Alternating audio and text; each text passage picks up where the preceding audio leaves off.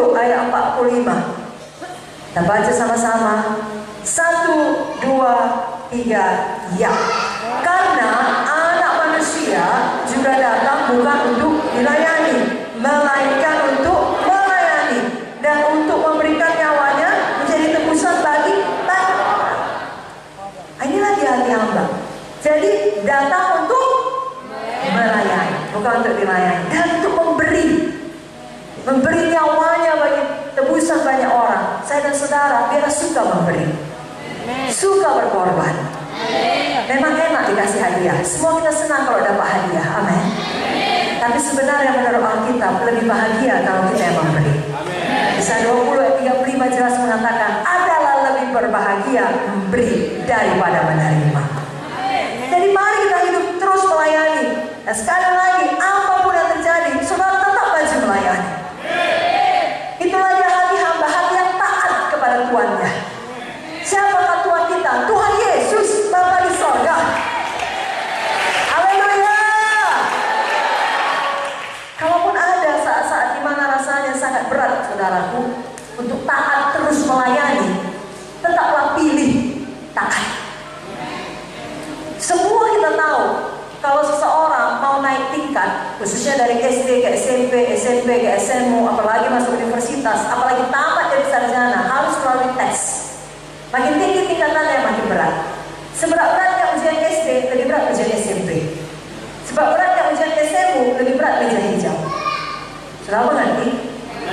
Demikian saudara, semakin saudara bertumbuh di dalam Tuhan, kerap kali ketaatan saudara harus bayar dengan lebih berat. Tetapi teruslah bayar, artinya saudara terus naik tingkat. Amin saudaraku. Karena ini juga teladan Tuhan. Dia taat saudaraku. Dia tahu dia datang ke dunia ini untuk menebus nyawa kita. Tapi sampai pada saat terakhir bukan mudah. Di Taman Getsemani 3 kali dia berdoa. Begitulah Tuhan Yesus sungguh-sungguh berdoa karena sangat berat dirasakannya taat kepada Bapa. Doanya adalah bukan kehendakku jadi Bapa, tapi kehendakmu lah yang jadi. Alkitab mengatakan peluknya menjadi darah. Ada ilmu kedokteran yang mengatakan kalau seseorang sangat stres berat, keringatnya bisa menjadi darah. Tapi Tuhan Yesus menang, dia tetap taat, dia pergi ke salib.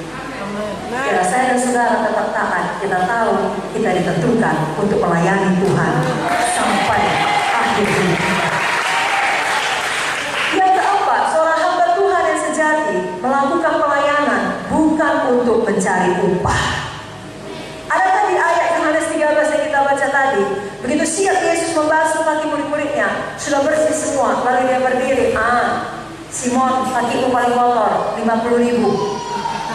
Andreas, kalau nggak begitu kotor, diskon 25.000. Kalau tahu segini, gak ada di charge-nya saudara. Bahkan dia tidak berkata, bilang apa? Terima kasih dong. Mana amennya? Kerap kali setan mau membuat kita nggak lagi melayani dengan cara hati kita down, kecewa. Kita merasa nggak ada orang yang peduli pelayanan kita, nggak ada orang yang menghargai pelayanan kita, nggak ada orang yang menepuk punggung kita dan mengatakan terima kasih dan seterusnya dan seterusnya. Jangan dengar tipu daya setan. Upah saudara adalah upah yang kekal. Saudara melayani Tuhan karena Tuhan telah terlebih dahulu melayani saudara, menyelamatkan saudara. Jangan cari pengakuan manusia, jangan cari upah manusia. Saudara terus saja melayani karena hati saudara betul-betul rela melayani karena kasih saudara kepada Tuhan. Saya bacakan Lukas 17 ayat yang ke-7 sampai 10. Sebab di antara kamu yang mempunyai seorang hamba yang membaca atau mengembalakan ternak baginya akan berkata kepada hamba itu setelah ia pulang dari ladang, mari segera makan. Bukankah sebaliknya dia akan berkata kepada hamba itu, sediakanlah makananku, ikatlah pinggangmu, dan layanilah aku sampai selesai aku makan dan minum. Dan sesudah itu engkau boleh makan dan minum.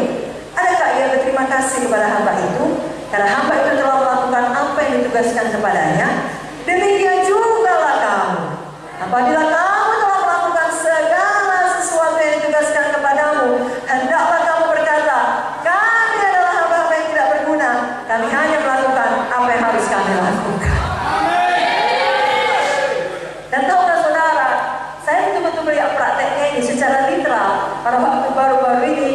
Kami pergi melayani KKR di Sulawesi Utara, 3 kota saudaraku, juga KKR seminar seperti ini di Bitung, di Tondano, dan di Manado. Lalu hamba Tuhan yang selalu menyupiri kami adalah Gembala Sidang Bitung.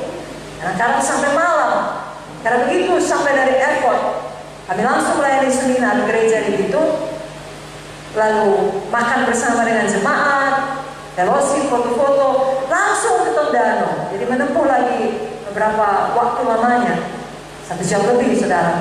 Sampai di sana sudah lewat tengah malam. Kemudian dia berkata kepada hamba Tuhan itu, terima kasih banyak lah, ya sudah capek kau membawa mobil seperti ini. Bu, saya adalah hamba yang tidak berguna, yang hanya melakukan apa yang harus dilakukan. Tidak dibawa saudaraku, memang firman itu hidup dalam hatinya. Baginya pelayanan adalah satu kehormatan. Itulah hati yang perlu kita teladani, karena itu juga hati Yesus. Saudara melakukannya dengan motivasi yang benar.